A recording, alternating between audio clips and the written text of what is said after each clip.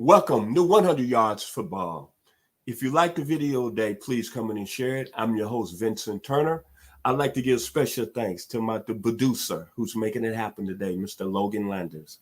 Today's video is our game preview. It's a Monday night showdown between the Dallas Cowboys and the LA Chargers.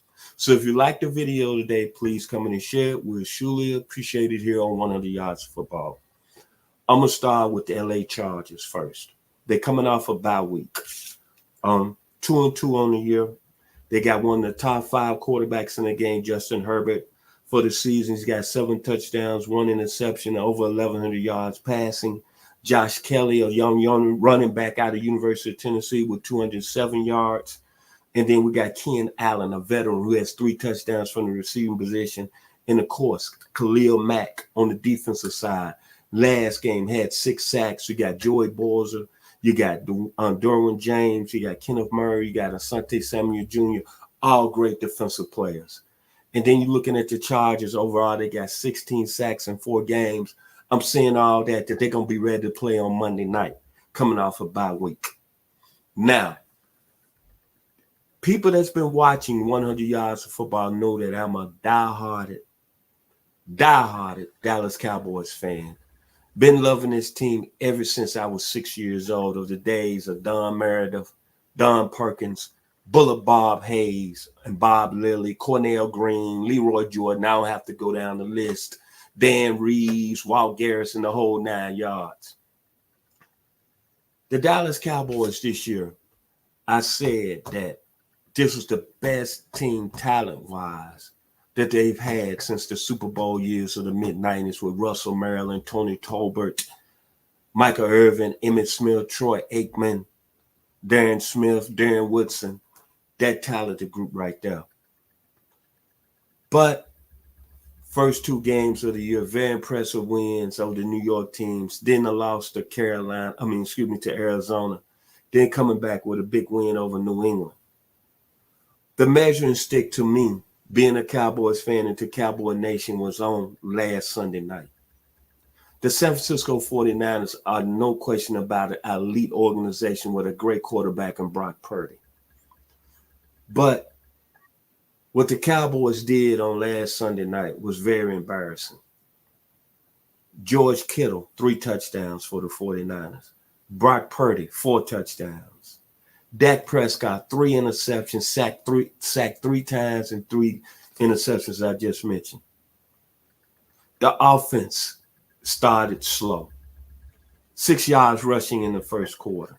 No first downs until the first 17 minutes of the game. Trent Williams came out and stated, the outstanding left tackle for the San Francisco 49ers, he put it out there more seriously or more honestly. We dominated the Dallas Cowboys.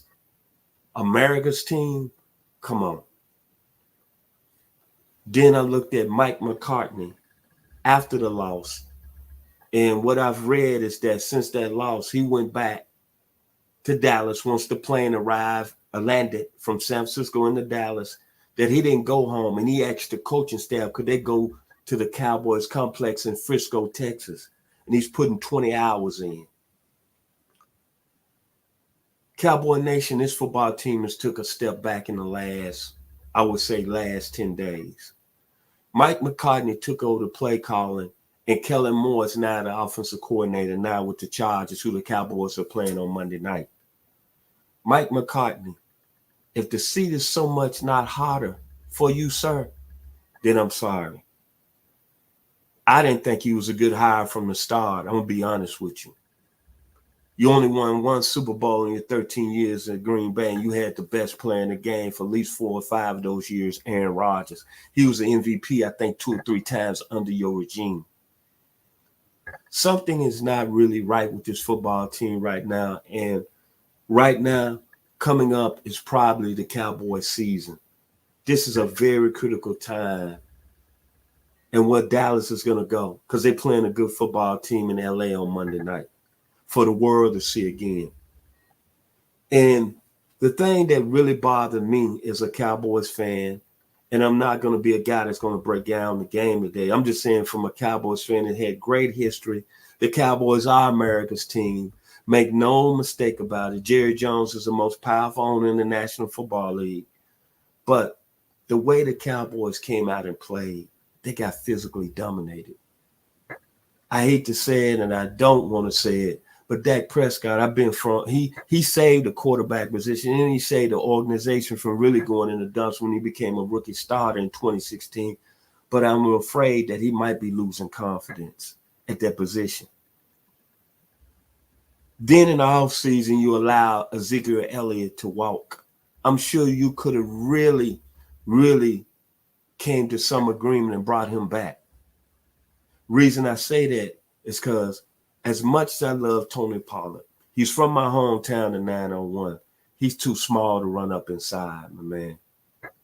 He's more of, I want to say, a Eric Metcalf type back, a Terry Metcalf type back. Backs that's good outspace, like a guy that I went to school with, Gary Anderson, who played at the University of Arkansas, went on and played in the USFL with the Tampa Bay Bandits and at the time the San Diego Chargers. But make no bones, he's not a guy that's going to pound that ball up in there. And then I'm looking at the Cowboys from this standpoint. You have so many injuries right now. Then I'm looking at another standpoint. Over the years, what made the Cowboys, and it's been 28 years since the Cowboys have been to a Super Bowl, is that look what you had on the defensive line. Tony Tolbert, Jim Jeffcoat, Charles Haley, Russell Maryland, Chance Hiddings, Tony Casillas. You had some studs, Jimmy Jones. You had depth and you had Pro Bowl players. That's what made the Dallas Cowboys defense so good back then. And since that time, Dallas has not been able to find a D lineman. Another question, another point.